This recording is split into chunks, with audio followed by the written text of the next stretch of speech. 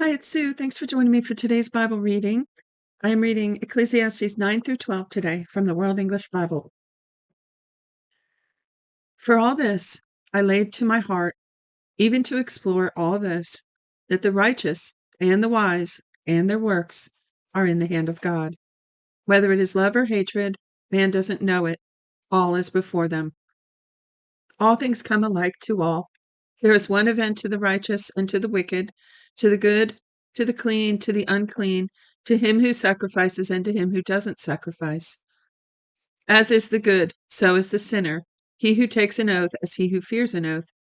This is an evil in all that is done under the sun, that there is one event to all. Yes, also, the heart of the sons of men is full of evil, and madness is in their heart while they live, and after that they go to the dead. For to him who is joined with all the living there is hope. For a living dog is better than a dead lion. For the living know that they will die, but the dead don't know anything, neither do they have any more a reward, for their memory is forgotten. Also their love, their hatred, their envy has perished long ago, neither do they any longer have a portion forever in anything that is done under the sun. Go your way, eat your bread with joy, and drink your wine with a merry heart, for God has already accepted your works. Let your garment be always white, and don't let your head lack oil. Live joyfully with the wife whom you love all the days of your life of vanity, which he has given you under the sun, all your days of vanity, for that is your portion in life, and in your labor in which you labor under the sun.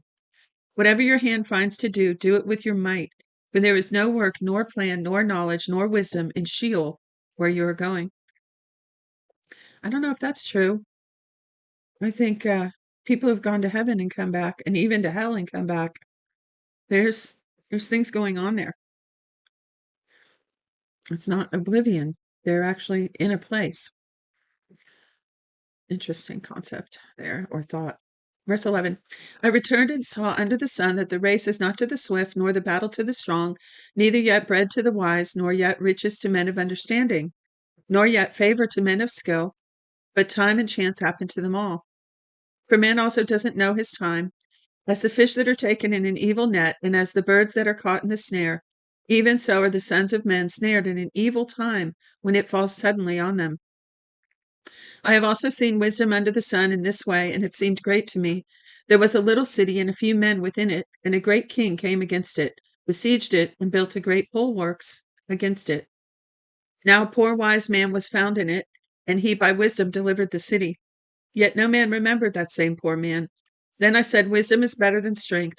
Nevertheless, the poor man's wisdom is despised, and his words are not heard. The words of the wise heard in quiet are better than the cry of him who rules among fools.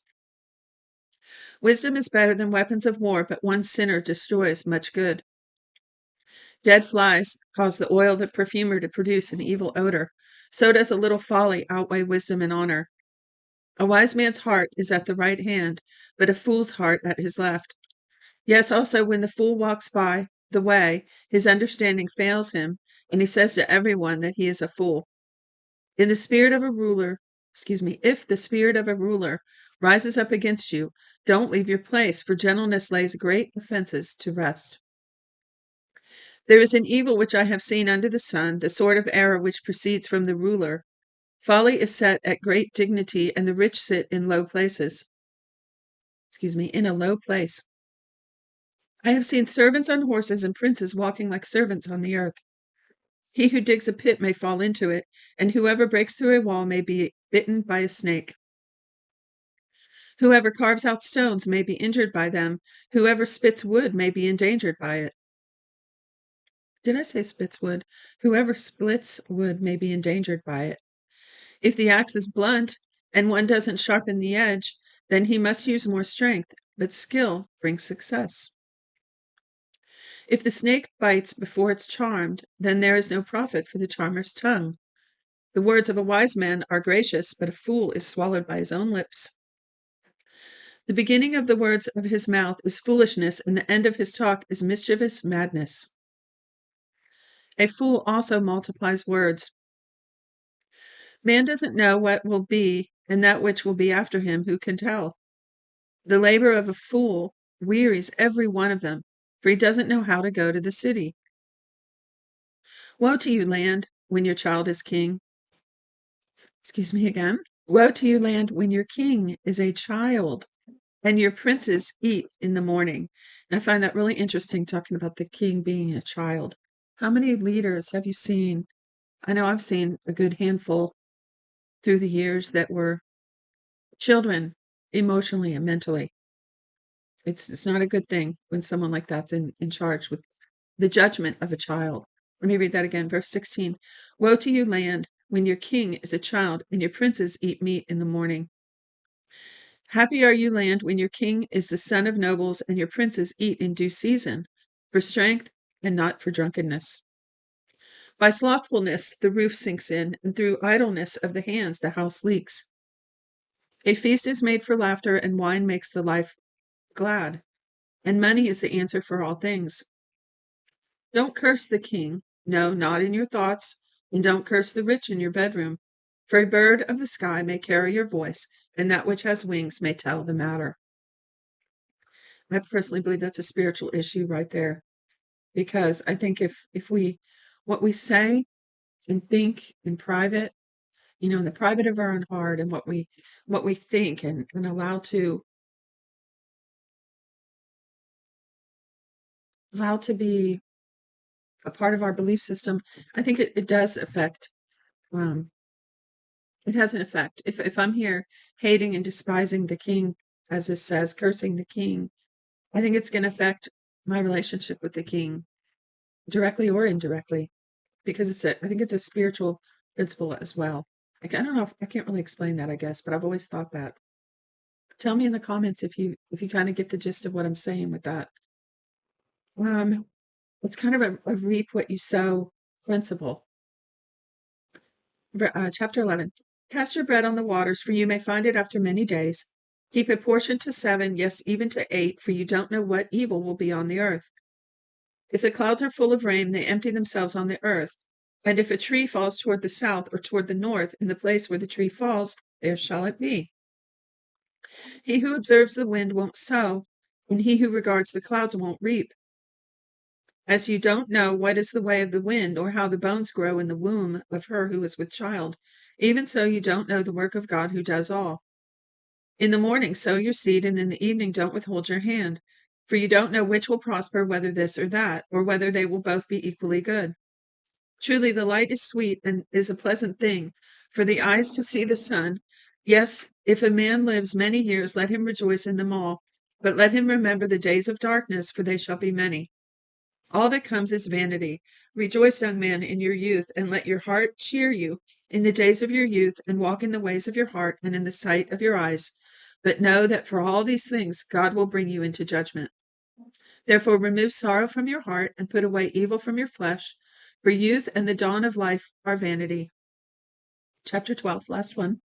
Remember also your Creator in the days of your youth, before the evil days come and the years draw nigh, when you will say, I have no pleasure in them, before the sun, the light, the moon, and the stars are darkened, and the clouds return after the rain. In the day when the keepers of the house shall tremble, and the strong men shall bow themselves, and the grinders cease because they are few, and those who look out of the windows are darkened, and the door shall be shut in the street, when the sound of the grinding is low, and one shall rise up at the voice of a bird, and all the daughters of music shall be brought low. Yes, they shall be afraid of heights, and terrors will be on the way, and the almond tree shall blossom, and the grasshopper shall be a burden, and desire shall fail, because man goes to his everlasting home, and the mourners go about the streets. Before the silver cord is severed, or the golden bowl is broken, the spring or the wheel broken at the cistern, and the dust returns to the earth as it was, and the spirit returns to God who gave it. Period. That was all one long run-on sentence all the way from the beginning of that chapter. So 8 verses there. And I think it's interesting. It says, before the silver cord is severed or the golden bowl is broken. That silver cord is thought to be the cord that holds your spirit to your body. Isn't that interesting? And you can look that up. There's a lot more to that. And the golden bowl, I believe, our brain. but I know it's a little bizarre, but look it up. The silver cord, this is, well, like I said, this is a little bizarre, but those that practice astral projection, which we're not allowed to do, God forbids us to do that outside of his um, authority. This is like New Age practice. But they say that if that silver cord is broken while they're astral projection, they can't get back in their body. And I've listened to more than one converted witch that said that, and there's just more to it than that. I don't know. I just think it's an interesting subject. I'm not saying that's exactly what it is here because I haven't researched it out. I just think it's a point of interest because it says right here, before the silver cord is severed or the golden bowl is broken. And it goes on to say, and the spirit returns to God who gave it. So it makes sense, right? But I haven't personally seen it, so I'm just telling you what I've heard. Verse 9. Further, because the preacher was wise, he still taught the people knowledge. Yes, he pondered, sought out, and set in order many proverbs. The preacher sought, let me stop also right here. Okay, so this last part, verse 9 to the end, is the conclusion of this book. So if you watch that Bible Project introduction that's linked in the comments, the description, this book has an introduction and conclusion written by the author. And in the middle, it's quoting the teacher / preacher. Some people call him teacher, some preacher, or I should say some versions call him that. So at least from what Bible Project explained, there is an author, but this preacher teacher speaking in the whole middle part is not necessarily the author.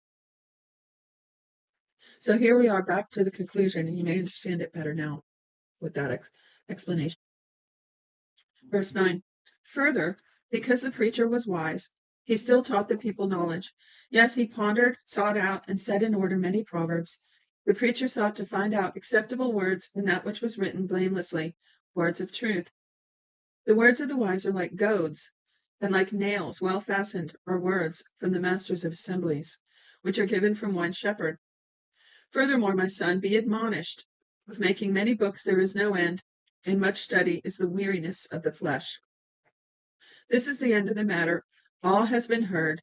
Fear God and keep his commandments, for this is the whole duty of man. For God will bring every work into judgment with every hidden thing, whether it is good or whether it is evil. And that's the end of the book of Ecclesiastes and the end of today's reading. Thanks for joining me. God bless you.